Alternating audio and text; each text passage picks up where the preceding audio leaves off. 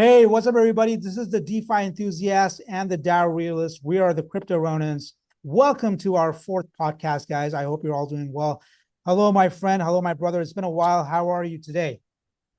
Hey there, the DeFi enthusiast. This is the Dow Realist, and it's always a pleasure to be here together in our alliance. We are the Crypto Ronins. Ronins rise and reign. Absolutely, man. Absolutely. So, speaking of everything rising and whatever is raining right now, it seems like the institutions are the ones that are reigning, and the retail and everybody else is not rising at the moment. But you want to talk about any of this? What's going on, man? There's a lot of madness in the market. People have been talking about a lot of things. Every day. The problem with me is that I can make daily videos about the Bitcoin price and what's going up and what's going down, and making those ridiculous faces, man. I just don't get it. It's like also it's so counterproductive, and you're just trying to spread panic in the market. Like I saw this influencer guy, he's a few Yeah. days ago, he said, buy altcoins right now, you're gonna miss the biggest cycle ever. And now, you know what he said? Just Yeah. yesterday, he said, you know, he was like, everything's gonna crash soon. you know so the main point that I want to give is that why Crypto Ronins is different is we keep it real. We're balanced individuals. We don't like to overhype anything. We don't like to spread fear, uncertainty, and doubt, and we don't like to play on your people's emotions just to get views and things on our channel. That's why we're doing the most transparent and best work that we can possibly do to the best of our abilities. And but man, talk to me about the markets, man. What's going on? What's happening, man? Like what's really happening? Let's give some real perspective to these people that are constantly worried all the time. Two words, mass manipulation. Now that the institutions are officially involved with crypto, there's a lot of manipulation with the BTC price, especially which is the flagship of the crypto industry. So the thing is that because they own large chunks of BTC, right, directly and indirectly, they're able to pump and dump the market.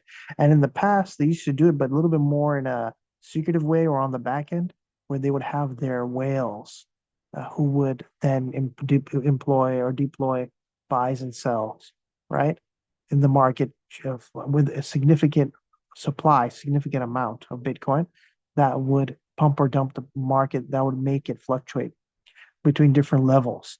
Now they've come in on the front end as well with the ETFs and whatnot, and they are manipulating. They're buying and selling Bitcoin and manipulating the market, right? And on top of that, we have statements by the SEC, right, and statements now by the president, right, that can also affect and influence the market. And these statements are strategically placed. This is what I noticed. They're strategically said, right, and placed at times when uh, they want to cause a pump or a dump, a level up or a level down, right, and affect the market, you know, so that institutional um, whales or institutional uh, through the ETFs could get in at cheaper prices. That's one. And the other thing as well is that they also want to get up liquidity, and they want to liquidate uh, different people, uh, the leverage holders, the people who are working with leverage trades. They often get manipulated and liquidated a lot. That's one. The other thing is that also long-term holders to get frustrated and get out, right? So that indicates that there is a very high chance that there's going to be a future rise. Okay. Because if you notice the macro trend or macro sentiment that they create, eventually they go against it, right? So we just had this macro bullish sentiment from November all the way up to into January, right? That, oh, everything's going to go up, everything's going up to the start of the bull run, everything, the macro trend. And then as everybody's getting in and everything's going up, then they push the market into the opposite direction, right? Liquidating so many, and they're making the profits while other people are in loss, right? and it's like a shakeout. And now the macro trend is bearish, right? And it's almost an overextended now, where people are now saying, oh, it's going to go back to 50K. It's going to, BTC is going to be 30K. BTC is going to go to 10K. It's over. BTC is going to zero, right? So you see this overextension in the macro trend. And what that's going to lead to is that that never happens. It never goes down that much. And all of a sudden there's a reversal due to a statement, due to manipulation, due to all of a sudden institutions buying, whales buying, right? So, and not all the whales purchases are recorded, right? Like I remember you mentioned this also to me one time, that some of these whales, they buy OTC, over the counter, off the books. You know what I'm saying? So they may be shorting um, they may be shorting Bitcoin on using a huge amount of volume in front of us, right, on the exchanges. But on the back end, behind the scenes, they may be prepared to buy Bitcoin after they short. So they make money on the short of BTC going down, and then they make money on the long of BTC going up, you know? But one was done in front of us and the other one's done. It's like you're dropping a ball with one hand and you're catching with the other hand, right? So this is what's also going on, right? Their methods are getting more and more brazen, more and more bold, more and more bigger, right? And more common, you know? So there's going to be a lot of fluctuation, a lot of games being played. So I think with this, when you make the gains in the short term or the midterm, it's best to consider taking profits, and not being into things too long, right? And maybe swing trade a bit more. And to also pay attention to the Bitcoin dominance and the altcoin dominance and USDT dominance, right? And seeing where those go. Because when BTC dominance falls, we're going to have an alt season. And I do believe that this fear and this panic, and then on top of that, there's another angle to this, by the way, where they pay off influencers. And those influencers also I'm looking create at a you, Mark panic. Moss. Yeah, yeah, exactly. So create this panic, or they influence the macro trend, right? In one direction when they're about to go in the other direction, right? So the thing is that that's another thing that people need to be careful about. So all this mass manipulation that's going on, this is why BTC is where it is right now, right? When it should be much higher, right? And we should be on our way, in the thick of a bull run, right? But where it's the opposite, right? So the thing is that it's to shake people out, but eventually they're going to turn things around, and then they're going to have to attract retail into it. And that's when we're going to see the altcoins go up. We're going to see Bitcoin dominance going down, altcoin dominance going up, and then we're going to actually have the bull run. But yeah, so people need to hold in there. In fact, this is a great time to buy more, and then prepare for what's going to happen in the coming months, where the price of Bitcoin is going to go up, everything's going to go up, and then you'll be in profit, and then you can consider selling. That's my 2 cents. I hope I didn't go on too long. Yeah, Yeah. no, absolutely, man. You're so right. I mean, jokes apart, I was just kidding about the whole Mark Moss thing, but there are a lot of influencers and so-called financial analysts and people that are saying that there'll never be an all season again, there'll never be this, there'll never be that. What bothers me the most as is that how can you be a fan of Bitcoin when you don't believe in the alts? And hear me out. Here's my analogy. Yeah. Bitcoin was Yeah. made as a disruptor to the current financial system, correct, right? It was made as an alternative for everyday people to gain sovereignty on their um, financial resources, right? That was the Yeah. purpose of Bitcoin. So that was a disruptor of an entire system that has been built on manipulation and wrongdoings, which is the banking Yeah. system. Um, Yep. and then that led for other technologies and other things to come out and start creating things in a better way. But then we experience what I call the maximalism effect. Now, don't get me wrong, I'm the biggest supporter and biggest fan of Bitcoin, but that doesn't Yeah. mean that I don't like other coins and other technologies and other things and other opportunities, right? Um, People that got into Bitcoin earlier and who hold a lot of it, I think they can, say with a lot of arrogance that, nothing else matters. It's only Bitcoin and that's it. And that goes for a lot of these financial analysts as well, that really don't have a pulse on really what the crypto market is all about, and they just make claims. They say, well, like for example, somebody says Hedera hash graph is great. They're like, what's the use case? Well, yeah, what's the use case for Bitcoin? I mean, let's be honest. I mean, until the United States, until these governments, they didn't start to really implement, BTC as part of their reserve. What was the use case for Bitcoin? It's a question to think about. It was basically an alternative currency, an alternative system, being supported by people that were in tech and people that were everyday people, right? Now, Yeah. it's gone from that, which was its original purpose, to being supported by the most vile, the most manipulative, and the biggest bastards that we have on the planet, saying it's the greatest thing since sliced bread. All right. So Yeah. so when you so to the Bitcoin maxis, I will always say this: you guys are so arrogant and so far up your behinds that you can't even see, what the hell you guys are talking about. You guys have totally turned this asset into everything that it wasn't supposed to be. Now, am I against the growth of Bitcoin? Hell no. Okay. Do I like that it's appreciating in price? Yes. Do I like that a lot of people are getting more aware of it? Yes. But what I don't like is the financial, the institutional overlaying on top of it, right? That's what I'm not liking, because that was exactly what Bitcoin was against, right? At least Yeah. that's what it was meant to be. So when there Mm. are other currencies trying to build something great, building great technology, because Web3 and crypto have a lot of use cases in all sorts of different environments. People are saying there's not going to be an altcoin cycle. Okay, wait, hold on. You guys are talking about AI agents day and night. Where do you think AI agents are getting all this? Where's the connection of AI agents coming from? It's coming from blockchain technology. It's coming from cryptocurrency. It's coming from Web3. You need Web3 in order for AI agents to really work.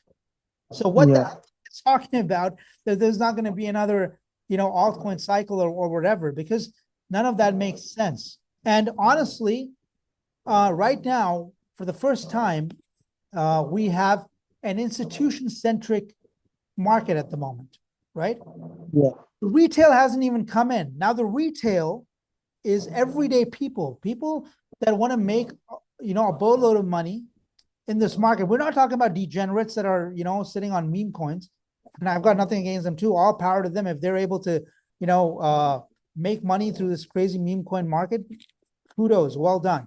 No judgment there. But most people, most retail, there are people that don't have a lot of money, that don't come from a lot of money, and they're trying to make a lot of money. And crypto was that one thing that was giving them that opportunity.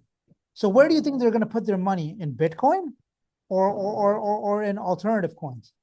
Yeah. Altcoins. Exactly. However, if they make money from altcoins, then they would put those gains into Bitcoin. There, I can agree with you. Because why? Because Bitcoin has finally solidified itself as a reserve currency. So its original purpose was to be a payment system for an alternative payment system that is decentralized. It is no longer that. Okay, it is a reserve currency primarily. That's what it's known for. Everything else can be used for transactions, but Bitcoin so far is a reserve currency by the majority, right?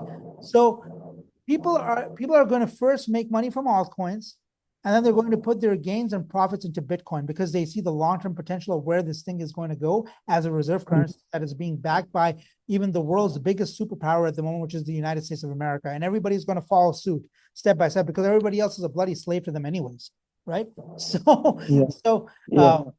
of course, with the exception of El Salvador, I think El Salvador was way ahead in this matter before anybody else because they are trying to become a sovereign nation. So, one thing that I want to clear is, there needs to be this clarity that we're going to be fine in the long run. We need to be patient, and we need to really, really work on, checking in with our emotions and not thinking with our and not and thinking with our minds as opposed to our hearts, and we got to see what am I invested in? Why am I invested in something? That's an important thing. Why have I bought this thing? You know, and obviously those type of questions can't come from dog coins and meme coins. They can only come from coins which have utility. Utility is the main thing. And there's going to be Very so much utility in this next decade coming onto the blockchain that is going to be absolutely phenomenal. Like people are people are going to be like saying, "Oh man, I wish I had gotten into this market at that time." But you know what? You didn't, because influencers and so-called financial analysts told you there's nothing else except for Bitcoin and everything else is garbage, and you believe them. And now, once all of this is in place, they're going to be like, "Hey, you know what? Not financial advice." Right? So, so yeah, those are my thoughts on that, man. exactly. They're gonna be like, me too, time's up. Right? Yeah, Saying that. exactly. At that time. Yeah. So no, excellent points, excellent analysis, man. And yeah, 100% true. Yeah, exactly.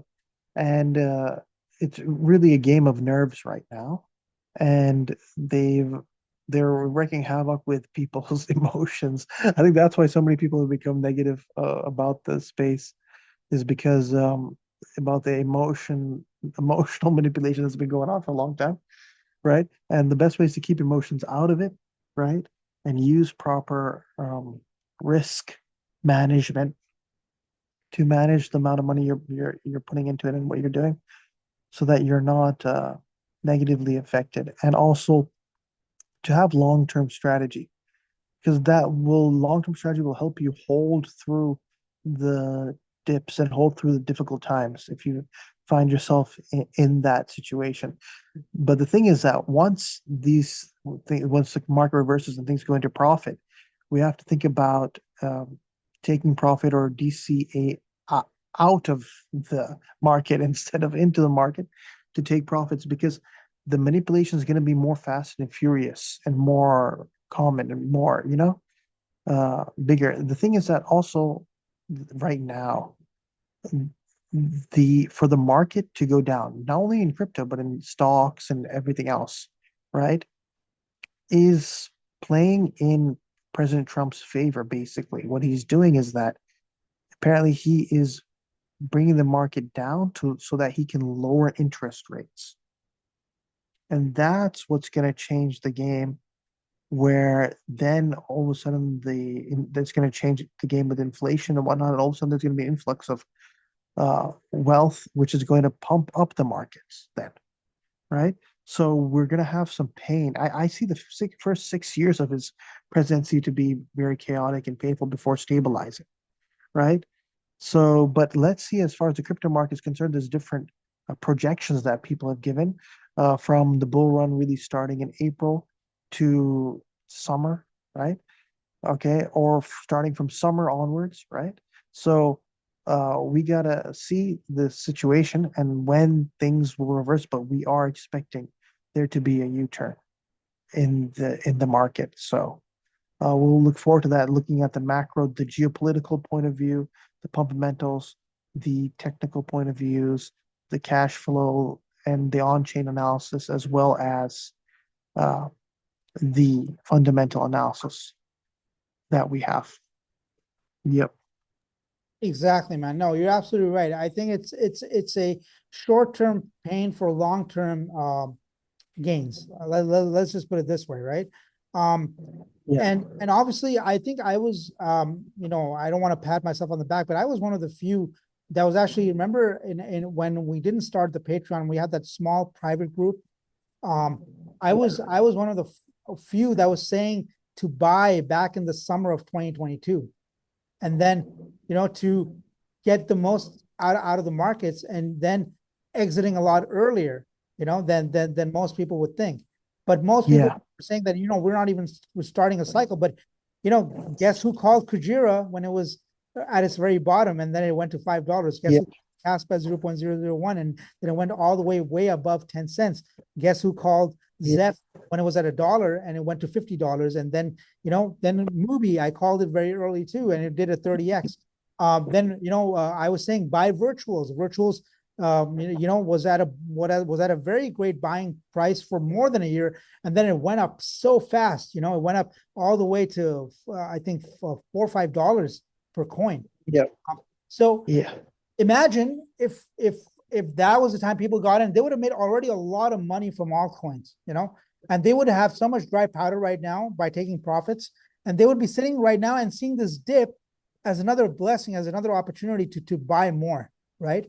But I was one of the few that was calling that. Nobody else was calling that at that time. Nobody was saying, that this is the time to buy. Everybody was saying, oh, we're not in a cycle. Everybody was waiting for that institutional flag of approval. Man, institutions are not your friends, But people need to realize they're not your friends. They'll never be your friends.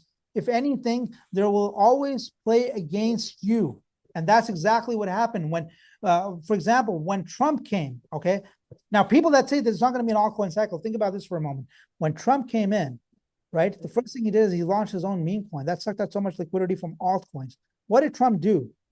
Trump, gave everybody the meme mania frenzy, right? And on the other hand, he started buying a ton of Ethereum, a ton of Athena, a ton of this and that, other Ondo, all these, great altcoins, great assets. And everybody's saying that Ethereum, until Ethereum doesn't go up, there's not going to be an altcoin season. Why do you think Trump is buying so much Ethereum? But he bought it when everybody thought that, everybody decided to put their money on memes. They weren't buying the dip, they were buying memes, right? So this is what these people do. They are, you have to be extremely, I would say, wary of how cunning these people can be, right? Don't listen to what they say, see what they do, right? Yeah, exactly. Exactly. Always remember that the moment we start hearing about when I start hearing from a lot of people that Bitcoin is going to go to $1 million this bull run, or even 400K, 500K, that is your selling indicator right there. That it's time to start taking profits, start strategizing to get your stable coins in order, because now is the time, because this is what they always do. Remember last bull run, they were calling for the 100K Bitcoin prices, and it never happened, right? It happened in this cycle though, but it didn't happen in this. So this time they're calling for 400, 500K. I don't think it's going to happen like that. I think it's going to go to $128,000 or about 200K, maximum. If we're looking at it, according to me, of course, I could be wrong, but this is the thing: 128K to 200K is the range. Most juiciest, I think, range would be 144K, 145K. But I think anything beyond that in this current cycle, I don't see that happening unless they, turn on the switch immediately tomorrow, right? And put the entire financial system onto Web3, which I know they're not going to do immediately. They're going to do it step by step, because if they do that, every holder here is going to be a multimillionaire, multi-billionaire. Everybody's going to become super rich, which is exactly what they don't want, right? They want most people to lose money rather than to gain money, right? That's why even the meme frenzy died down. I don't know if you know this, but there was a meme coin called Popcat, and that got listed on Robinhood a few days ago. And you know what? The price didn't move. The price didn't move at all. Think about it. Yeah, alarming. That shows you that the meme mania is dying. However, I don't think it's over. I just think it's over for now. Now it's going to be back to flight to quality, flight to utility coins. And once they start going up, then we're going to see another meme cycle for sure. So yeah, if anybody wants to buy now meme coins, they want a DCA, they can. Although I'm not really into meme coins, but I know people that love this thing. And there's potential there. But yeah, you might want to look at coins that are already listed on big exchanges like Robinhood and stuff that have a multi-million-dollar market cap, like 10, 20 million plus, 60 million, this and that. I wouldn't recommend people putting their money onto, market caps that are 4K, 100K, 200K, because that's a lot of risk right now. Yeah. Unless you guys know what to do. You guys have the best sniping bots, the best tools ever. You do what you got to do. But if you don't have that, if you're just the average guy, yeah, I wouldn't recommend that. Exactly. Excellent analysis, excellent points as always. And for all this analysis, for eh, earlier, for this all this amazing, excellent analysis earlier, you can always join our Patreon in the link below. And yeah, absolutely. With them, these macro trends, you know, a lot of times they get overextended, and that's when you know that you got to, it's going to reverse. All right. And what's happening is that what you got either it's usually the SEC, but now even the presidency, the US presidency plays a part in this. So usually there's some statement by them which all of a sudden changes the macro trend and puts things in a different direction, you know? And so this is something to look into. And then institutions and institutional whales get in and manipulate the market accordingly. So these are all indicators to look out for, right? An overextended macro trend, right? Like right now, what they're talking about, how BTC is always over and the bull run's over and BTC is going to go down to 30K and 10K and all this stuff. They're now starting to overextend the macro trend, you know? And then also you will see what institutions say and governments say and what they do. Then all of a sudden the trend will change, right? And then it'll go up, and then the trend will become bullish, and then eventually we're going to start hearing, eventually in due time, an overextension of the macro trend. That BTC is going to 1 million, BTC is going to 10 million, whatever, right? And then that will bring in more people. Then we're going to see things also going up, gains, the Bitcoin dominance going down, and also retail coming in. So then that's the time where you're going to see this overextension of the macro trend and time to get out, right? Before there's either a retracement or the end of it, the dump, right? So we gotta see what's going on. But yeah, definitely heavy manipulation going on. Absolutely. Absolutely, man. Yeah, very, very good observation, brother. Very, very true. And speaking of Bitcoin's use cases, right? I do want to shed some light on some projects that where you can really utilize your Bitcoin. Let me show you some stuff, man. I think you'll find this interesting. So one of the first ones that I found, hold on, man. Let's share this. Here it is. It's called Corn. Okay. All right. So the network built for BTC Fi, powered by Arbitrum. All right. Now this one is very, very interesting. I mean, look at the website. The website has got that retro feel to it. It's really, really cool. This is built for BTC Fi. It's fine. It's a finance backed by 1,000 investors, which has symbolic capital, Binance Labs, ABCED, lots of, Relayer Capital, lots of big money is behind this, man. And I think, look at this total value locked, $164,587,298. And do you know what that value is locked in? That's locked in BTC, bro. Okay, nice. And this is pre-TGE investors, as in the tokens aren't even out yet. And so basically a level playing field award. Grow your Bitcoin with Corn, BTC Fi. Bitcoin is now the 7th largest asset on earth, of course. Time to put it to work on Corn. Bitcoin is fueling a growing field of apps, transforming your BTC into a yield generating asset in a highly liquid BTC Fi Bitcoin finance ecosystem. How cool is that, man? Deposit your Bitcoin, wrap Bitcoin, or CBBTC, as in Coinbase BTC. By the way, there's another wrap Bitcoin version of Bitcoin called Coinbase BTC, which is CBBTC, on Ethereum in the Corn app. Receive BTCN on Corn Network. BTCN is equal to Corn's gas token. So this is the gas token then for this protocol, right? And then use BTCN in BTC Fi, earn yield and grow your Bitcoin holdings. So this is a way to really, really put your Bitcoin to use. You've got Bitcoin lying around. You use Corn to grow your Bitcoin further. It's using yield farming. So with the smoothest partners and tech at Corn's core, you get the butter way to use the butter way. See, this is smart marketing. The butter way to use Bitcoin. So Arbitrum, of course, Coinbase. Then we've got Layer 0, connected, scaled with Conduit, and then we've got secured by Babylon. and fueled by Coinbase's CBBTC, right? I think this project is going to be very, very massive, man. Especially when and I love the design of the website. The retro field, the marketing, the way they've done it. It's robust. It's really, really cool. It reminds you of those old days. Do you remember those retro computers? The way you had, Yeah, right? Doesn't it remind you of that old Windows stuff? So I yeah, like it does. I like that. I like that vintage feel. That's hilarious. Become a corn star. That's funny, right? Yeah, Yeah, this vintage nostalgia feel to it. exactly, exactly, exactly, man. And I think this is very, very impressive in my opinion. So this is one, And what do you think about it, man? Let me know your thoughts on this. I think it's a good project and it's a good find. Absolutely.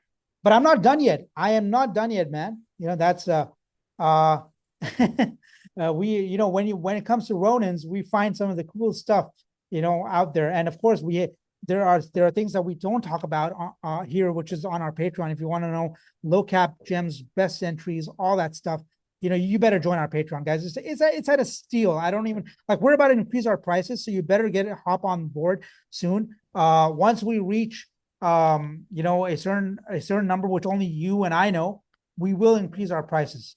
I can guarantee that.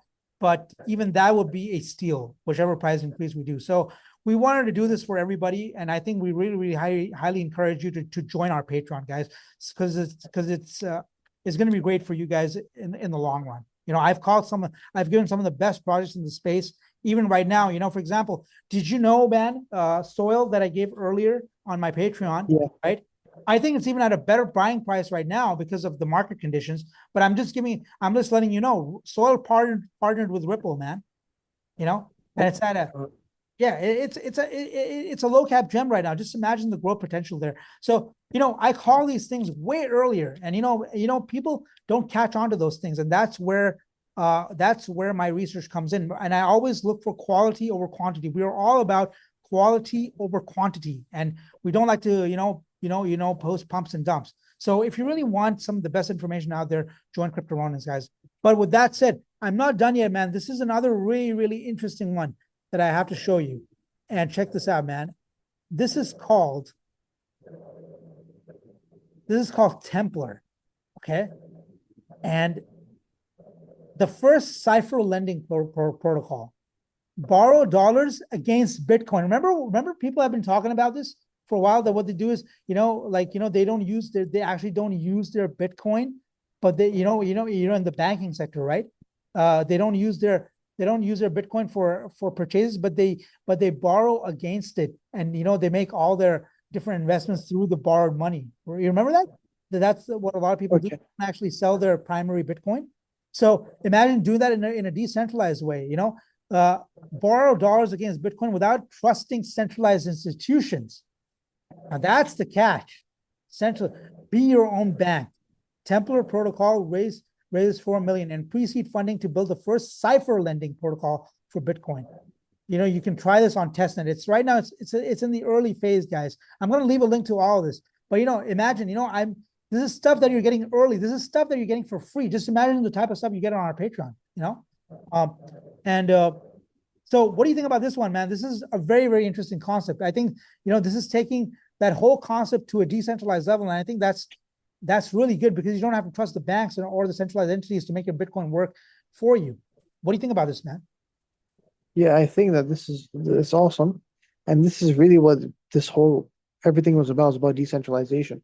But it seems like over time people have sort of lost their way because a lot of things are becoming more and more centralized, right? Rather than being decentralized. So I mean we're gonna see this play out, that this DeFi versus CeFi war, and we're gonna have to see that where do things land up, how much decentralization exists in the future, and how much centralization will there be, and where will the centralization be? Will it be as far as on ramping or off ramping is concerned, right, with crypto, or will it be like gatekeepers in that sense, right? Or will it be in other areas, right? So maybe to even get involved with crypto, do you have to go through a centralized exchange only. It does no more decentralization. I do think decentralization will exist, right? Also, but in what capacity and in what way, right? In what way will decentralized finance exist in particular? Because decentralization is one thing, but decentralization finance in itself is another, right? And decentralized finance is something that uh, is of concern to institutions, right? Because they're more about centralization in finance, and this is technology leads to decentralization of finance. But the thing is that it's sort of very difficult for them to stop innovation. Over here, it's saying it like borrow dollars without the centralization, right? So, I mean, this is really going against the ethos of tradfi, traditional finance, right? And it's interesting that they call themselves Templars because we know that the Templars basically became their own bank.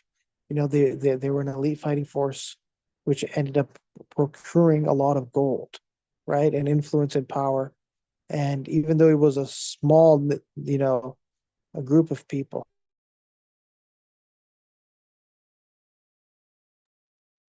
Yeah, absolutely, man. Absolutely. Yeah. And I think we've Different. yeah, sorry, you got cut out in the middle, man. You were saying that the Templars they got the gold and they were bringing their own system. Sorry, could you continue after that because your voice got cut out? Yeah, sure, sure. So basically the Templars, they gained a lot of gold influence power.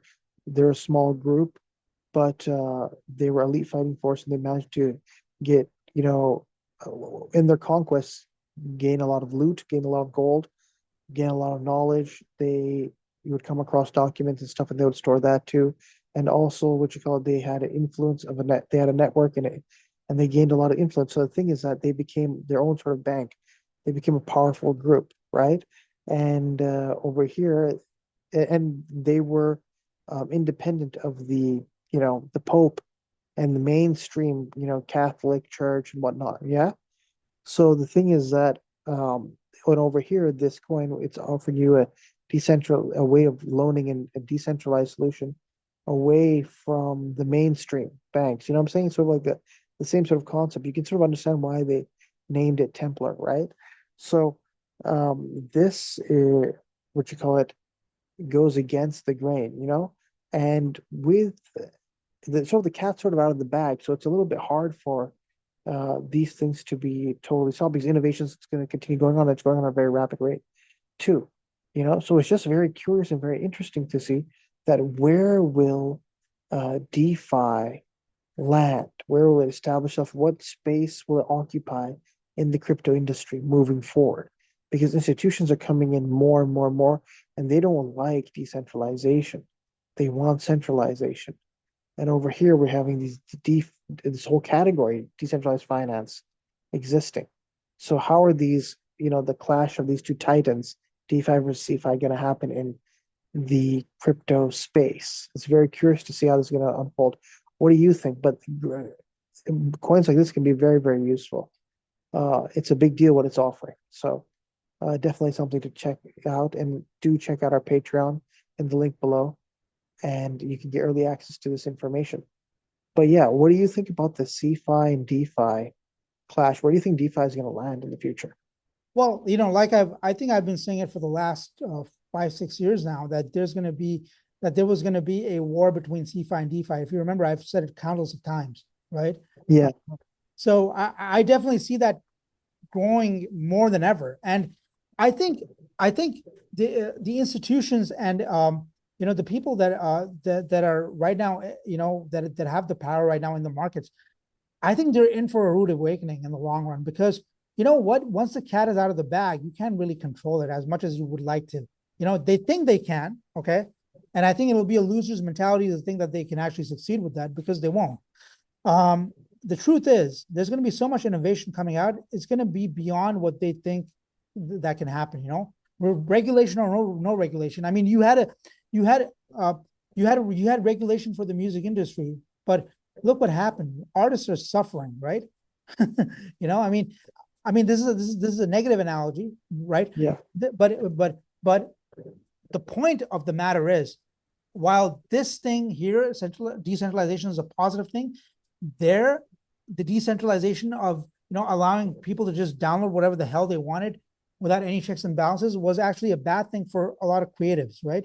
And it still is. I mean, Spotify took over and they say they give money, but they don't give much to anybody unless they don't have tens of millions of streams. You're not earning much, on Spotify. And but the point I'm trying to make is that they weren't really able to really control that, right?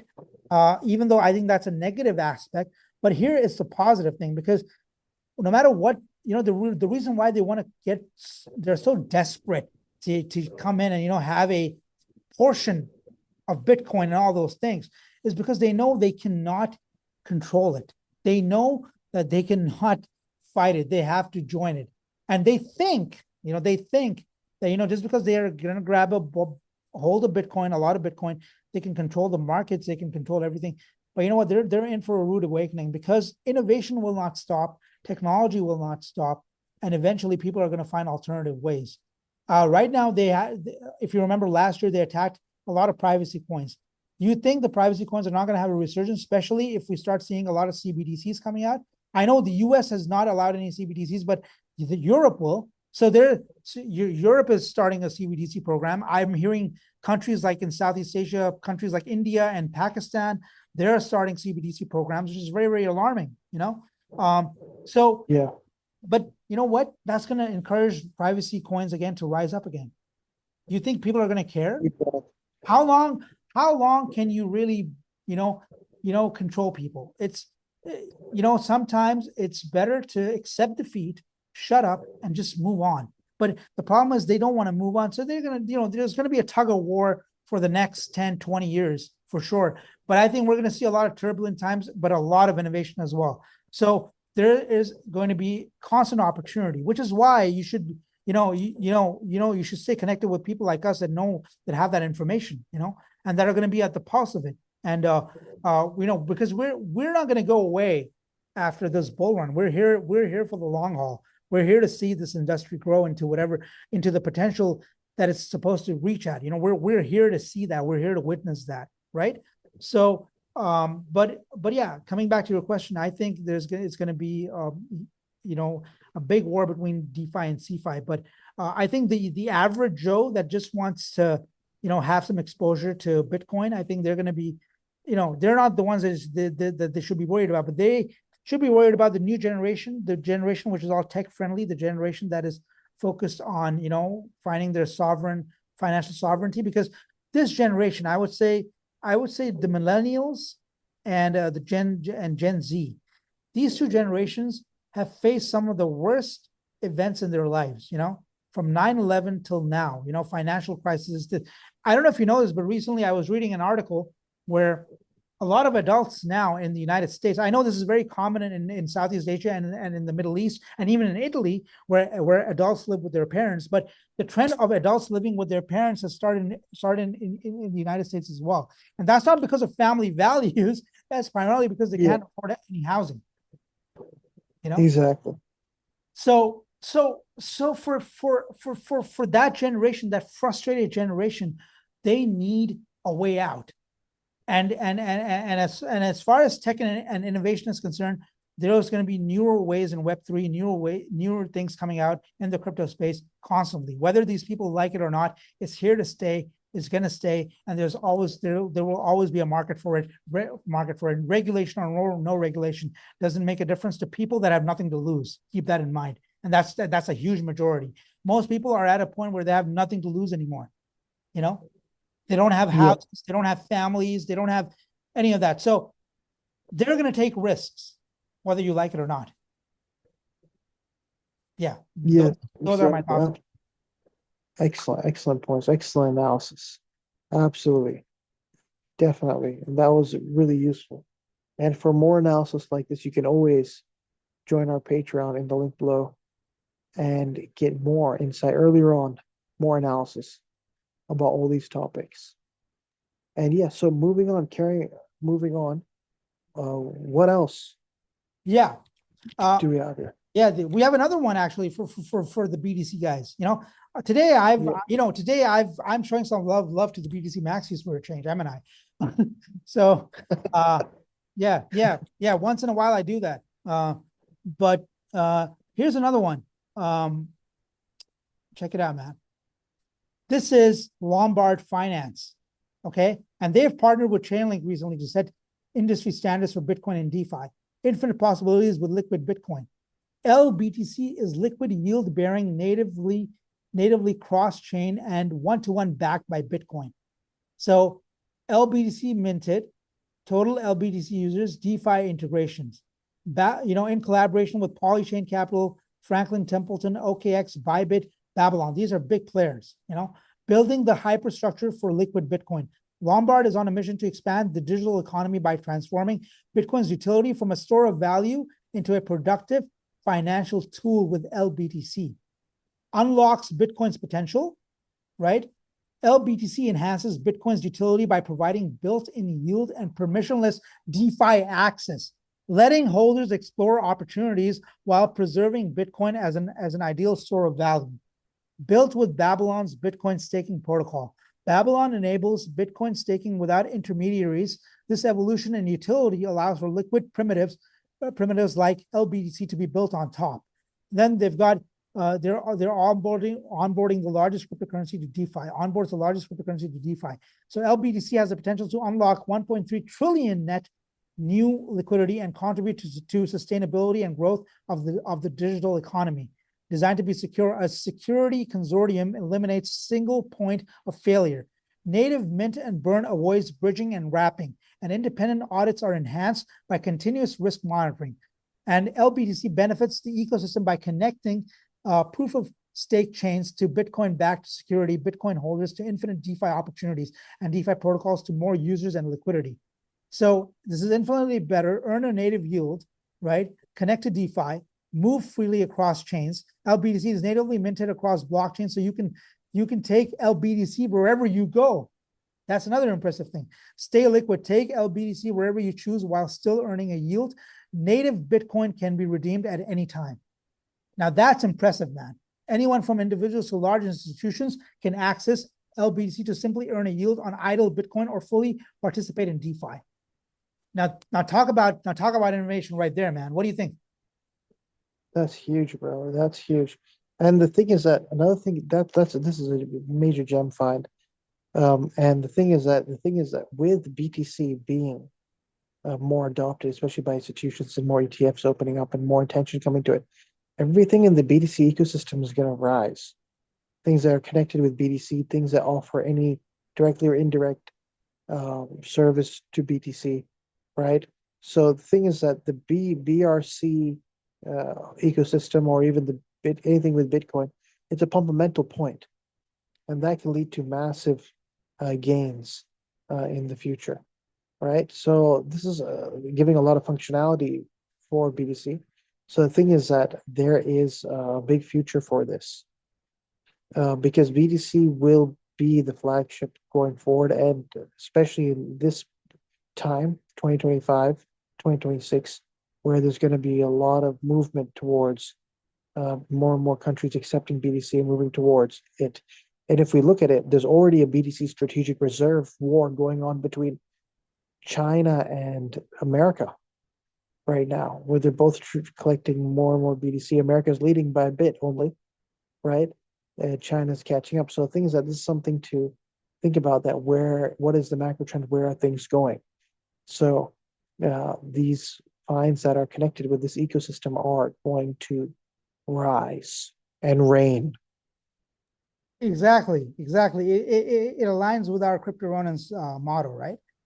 Yeah. And see, this is what I was talking about, man. See, on one hand, you had Templar, which is DeFi, which is decentralized, right? On the other hand, you have Lombard, right, which I think is a mixture of DeFi and CeFi, right? So there you go. There's that DeFi CeFi war right there happening. Right? What I was talking about is already taking shape. You know what I mean? Yeah, Yeah. absolutely. The institutions naturally wouldn't come to a thing like Templar, but people that believe in Bitcoin, which which with the original purpose, they would come to that. But people that want to casually earn Bitcoin, that want to get in, that want that regulatory security, right? All that, I think they'll definitely be attracted to something like Corn or Lombard Finance, yeah, which I think is, and they have been doing some really impressive developments as we've already looked, and they have really, really strong partnerships as well. These are all early calls, man, very, very early calls, and I think it's going to be exciting to see how these things grow. What about you, man? Anything interesting that you found, bro? Yeah. So there's a lot that's been happening in the space. And let me just share it here. So BTC mining has been skyrocketing, Oh, wow. right? The amount of jobs that have been increasing in the even in the US, right, has been staggering, and also in other countries as well. Thousands of jobs are being created to do with the BTC mining industry, BTC mining field, right? Which shows you the bullish macro trend narrative of Bitcoin itself, right? That more and more people are getting into mining it because over time the price of each Bitcoin is going to rise, right? And even with the halvings and with the mining rewards eventually over time going down, the value of BTC will be going up. So the monetary value of even mining a little bit is still going to be huge. So it's all upside with this, right? Then that'll offset the mining rewards, the decrease in the mining rewards that happens every 4 years, right? The price in itself will keep on going up exponentially. So it's always going to be worth it. So this is also a trend and also a indicator that where the future of the crypto industry is and where the future of Bitcoin is, right? And this is our Patreon. You can obviously get a lot of this information earlier by joining in the link below. So we've heard a lot about El Salvador, but Costa Rica as well is Wow. uh, also getting into the Bitcoin ETF game. So there's a whole country getting involved, right? Their largest bank, Wow. and also at a governmental level, are getting involved, and they're changing their laws and preparing for the regulation framework for Bitcoin. Regulatory framework, yes. Regulatory framework for Bitcoin, yeah. So so that's very really really interesting. Will Costa Rica become another become another El Salvador, sorry? Will Costa Rica become another El Salvador? Or what's the situation going to be? Because El Salvador right now is ahead in crypto adoption, and a lot of people are considering that country to put up their Bitcoin mining rigs, or Paraguay, which already has a setup existing in it and is very crypto friendly and also tax friendly too, right? So where are things going to go? These are the macro trends that we got to put into mind. So when people say Bitcoin's going to zero or this or that, or crypto's over, they're ridiculous, right? These are the macro trends that are occurring, and these macro trends would not be happening if there wasn't going to be long-term growth of Bitcoin, right? So yeah, and also the SEC is also has been doing its thing, right? And they're not only did they approve Bitcoin's ETF, but Ethereum ETF. There's a lot of talks about XRP, all the ISO 2022 coins, Cardano, Solana. There are ETFs for these altcoins that are being considered as well. So that is also another macro trend to see that where is the ecosystem going, right? The blue chip coins, the big market cap coins, they are also looking towards getting ETF approval, right?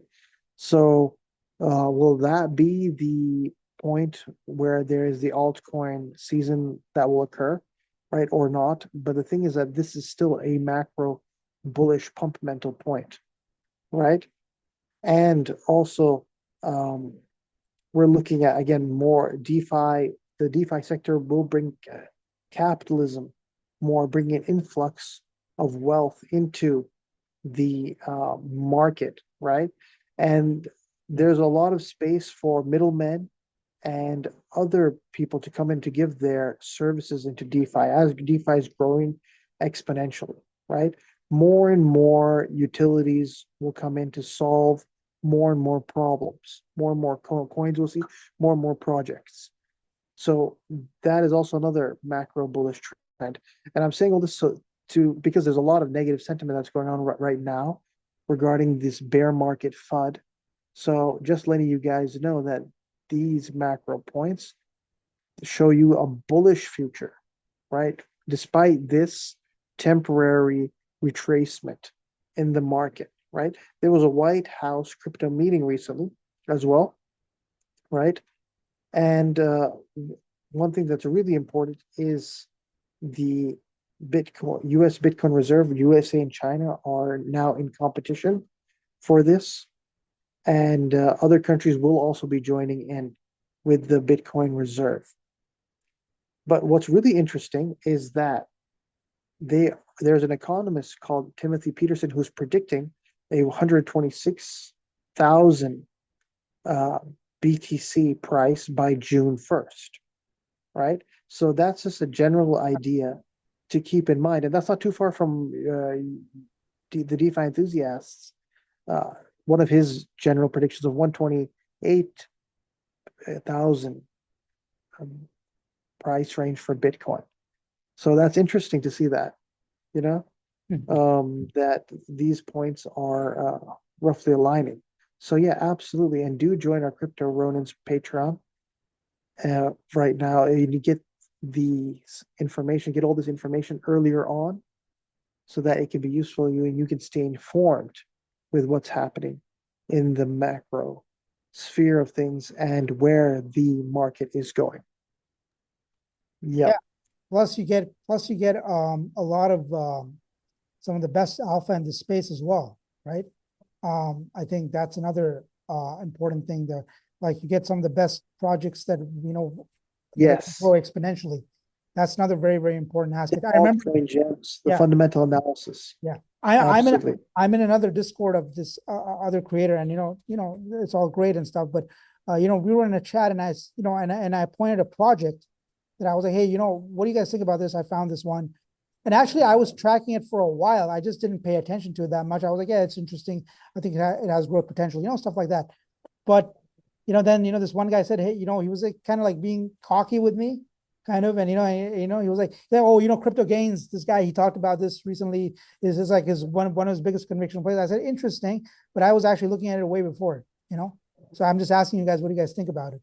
So, like people, the point I'm trying to make is that I have the pulse on a lot of things a lot earlier than other people, and whether I talk about something or not is purely based on, I need to keep my investors as safe as possible. Of course, when it comes to crypto, forget safety in general, right? Because it's a very speculative market, but still, even within that realm, I try to be as responsible as I can be. Like you remember that time when I used to talk about DeFi protocols all the time, like drip and all that stuff. And then I stopped after I saw what happened with the Carol Finance and all that.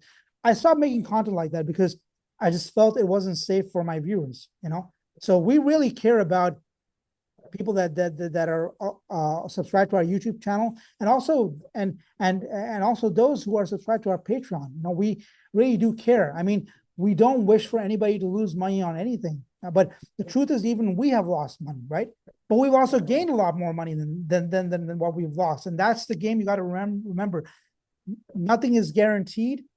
But when you have a good analysis, when you have a good roadmap, when you have a clear idea of where things can go, you can make better financial decisions. And that's exactly what Crypto Runners is all about. Absolutely. Absolutely. And with that. Oh yeah, we have some other stuff that I want to show you before we end this podcast, because I want to give as much alpha as I can in this one. as possible, you know? So one thing is that we're going to be getting soon. And by the way, this is already on testnet, guys. So if you guys have Phantom wallets, set them up. And what you'll see is something called, and I'll show it to you guys. I'll show you what this is all about.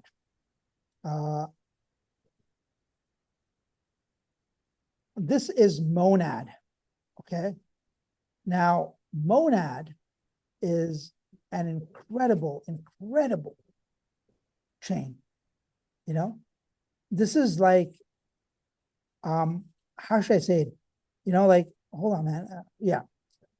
I want to really, really point towards this because I think it's so important. And Monad is basically a layer 1 blockchain that is bringing parallel execution to the EVM, 10,000 transactions per second, account run by Monad Foundation. So think of something that is even faster than Solana, okay, but has Ethereum security. Cool. Very interesting. Yeah. Very fast. Their testnet is live, okay? There you go, 32 million transactions over the last 24 hours. That was on March 12th. Can you believe that?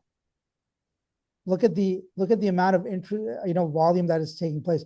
943K followers on Twitter. And by the way, they haven't even launched yet. This is in testnet mode right now. So if anybody wants to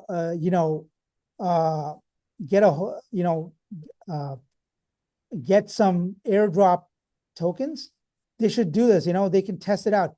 You go to, I'll leave a link to the website, but it's basically testnet.monad.xyz. So testnet.monad.xyz. And basically, you'll have to set up your Phantom wallet, okay, and you'll have to connect it. And basically, then, you'll give your wallet address where, down on your wallet is going to be written Monad. You click on that and you'll have your address, your ETH-based address. And, you put that here, and then you get the testnet tokens, okay? So if it doesn't work the first time, try it with another wallet, but, basically you need to wait for 12 hours on that one wallet if it's that one address to get them if it fails, you know what I mean? So you get testnet tokens, build your fantasy top deck, make a trade, explore the Monad ecosystem. And right now there is a lot of NFT activity on Monad. What's trending right now is fantasy top. Claim your free card and build your deck now to compete in weekly tournaments. So this is an interesting way to engage people, right? And it's a smart way of marketing as well. And you can start trading by connecting your wallet, make your first trade. You can buy these things. The House of Moyaki, House of Chog, House of these are I think these are some meme coins, if I'm not mistaken. But they also have featured apps like LFJ. Find and trade any token on Monad or head to the token mill and create your own meme. Dusted is connect with the community members in chat rooms built around tokens you own, earn Dusted points, and win prizes from other Monad projects. So it seems like a social-fi project. Then we've got Rare Bet Sports, play daily fantasy sports to win prizes. Guru, find and trade all your favorite Monad tokens on an on-chain CLOB club. Predict performance on your top YouTube and X influencers. Rank up, climb the leaderboard, and collect Purple K. Use code GMonad. Then Curvins is click your way to greatness and level up with Curvins DeFi. Plato, eat at your favorite restaurants, share your experience, and earn points for you and your favorite Monad projects community. Nad.fun, your one-stop social meme platform just on nad.fun, and create your own meme. So these are featured apps, and this is the app hub, right here, everything that's integrated onto the ecosystem is here. And I think it's even PancakeSwap. So Monad is going to be way faster, way more secure, and they are truly going to be disruptors in the space, man. And this is what I was talking about. What I was talking about was innovation will not stop. And I think Monad is at the peak of it. They truly have something special going, out here. You know what I mean? Yeah, absolutely. What do you think about this, man? Way faster than Solana, okay? Way more robust and as secure as Ethereum. Pretty badass, I would say. I think that's huge, man. And what do you think regarding this project? Does it have the utility where it can be built upon like a chain? Yeah. Monad is going to have its own chain. Yes. Yes. Yeah. Yeah. So think It- of it that way. basically, With the, actually, what's really fascinating is in order to run Monad, you don't even have to. How should I put it, man? Monad is integrated with Ethereum in such a way that you don't even have to do any. You don't even have to do a lot of hard work or any bridging, from what I remember. You can just take everything that you know, right? And like it's basically it's basically built for ETH plus Solana developers, and they don't have to, do too much bridging and too much of any of that nonsense, which is interesting. exactly. The thing is that you know how so many projects were built on Solana, so many projects built on Ethereum.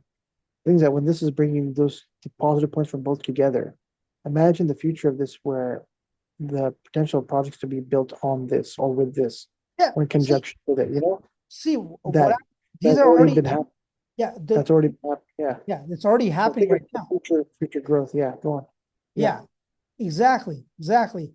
And and I think this is a very impressive project, man. I think it's going to be very, very promising. And I really think I'm making a bold statement. I could be wrong, but I think this could be in the top 10 on CoinMarketCap. Has a potential. Whoa, that's amazing. That's insane. This is a gem. Fine. All of yours are gem finds, of course. You only bring the gems, you bring the action, you bring the gold always. But yeah, this is really amazing. Wow. And And great, great stuff. and speaking of gold, man, I want to really talk about another project where, I mean, I know there's a lot of new stuff coming out, but most people don't realize that there's already a chain that is built in such a way where you don't even have to do a lot of bridging and a lot of things. And it's already there and it's already backed by one of the best inventors in the space. Now, what I'm talking about is, you've heard of Gavin Wood, right? Uh, the guy who was part of Ethereum's development. Yes, yeah. Yeah. So Gavin Wood created something called Polkadot, right? Yep. So defy what's possible. And exactly, honestly, man, I think Polkadot is one of those chains that is so undervalued. It should be way higher because of what they're doing. And I gave this gem before we created Patreon, but I mentioned this on our Patreon today as well because it was our pick from the last Bullrun. Remember, where I said that this Yep. is going to be a big one. And the fact that it survived an entire bear market, man, it's impressive as hell. And it's still here. And what I want to talk about here is basically DOT is one of the most underrated coins in the space because say goodbye to expensive blockchain setups. Building a blockchain from scratch is hard. You need validators, security, and infrastructure. It's a huge investment, but the Polkadot changes the game with parachains. So think of parachains like private lanes on a highway, okay? Each project gets its own dedicated space while still enjoying the security and reliability of the entire Polkadot network. This means developers can focus on innovation instead of worrying about network security. And the best part, no more expensive parachain auctions. Projects no longer need to lock up huge amounts of Polkadot just to launch. Now they can simply rent block space when they need it, making development much more accessible. So it's become really, really developer friendly, and it's fast, secure, and built for the future. A major problem in crypto is that different blockchains struggle to communicate. Most rely on bridges, which often get hacked. Polkadot, on the other hand, has cross-chain messaging built right in. Right? This means Polkadot-based chains can talk to each other securely and seamlessly without relying on risky third-party solutions. Another problem solved, right? On top of that, asynchronous backing is coming soon, which will make transactions up to 10 times faster. Polkadot 2.0 is coming out, man. It's going to be even 10 times faster than what it is right now. And it's pretty fast. Wow. In short, Polkadot is constantly improving its speed and efficiency while keeping security a priority. So pay only for what you use. Most blockchains force developers to commit to long-term costs, but Polkadot offers agile core time, which is basically a pay-as-you-go model for blockchain space. This means projects can scale at their own pace without massive upfront investments. So it's great for startups, man. Great for startups. Developers are still here. They have, like many people assume that Polkadot is dead, but the truth is Polkadot is consistently among the top 3 in the industry with developers. The real builders are working even if the price action doesn't reflect it. So price does not mean development. Remember that, guys. Always important. And I think the inevitable and the comeback is inevitable, man. And see, this is the type of alpha we give it on Patreon, you know? Crypto moves in cycles. While most people focus on speculation, Polkadot is quietly laying the foundation for long-term success. When the market finally catches up to its tech, Dot's survival is going to be huge, or as Trump would say, huge, you know? So Dot has already been through a full bull and bear cycle. Yet, with everything it has to offer and consistently strong developer presence, it remains a sleeping giant. In my opinion, Polkadot is a name that will stand the test of time for years to come. If there's one project worth dollar cost averaging into, it's Polkadot. Of course, this isn't financial advice, naturally, but in my book, Dot is a long-term winner. It has been tried, tested, and it's still standing. So while there are chains like Monad that are going to be very, very game-changing, and there are some other ones that are working as well. Mega ETH, remember we talked about that. That's another one that could be a potential disruptor. But I think Monad has the upper edge compared to everybody else. But the competition is getting tough. But the thing is, these are all great in theory, and they still have to be tested. And they are being tested right now, and the results are impressive. But Polkadot is already established, and that's where I think it has the potential. I think if any chain has the potential to be a major blue chip, it's Polkadot. You know. What do you think about all of this, man? I think that is huge. The fact that, this project, it's a big project and it's now well known. But the fact that this is going into the direction that you've stated, right, with Polkadot 2.0 and all that, I mean, it's big, and definitely this is something to watch and to see how one can leverage this to their advantage in order to make the gains. Exactly, man. Exactly. And so I guess this is all from my side, man. Do you have anything else that you want to add? Yeah, I think that definitely people just need to hold on to their nerves. The sentimental analysis right now would be into extreme fear, right? But they just need to hold up because that can turn around quite quickly at any moment. And they just need to power through this month of March and looking forward to a rise coming in the future. So just hold on. And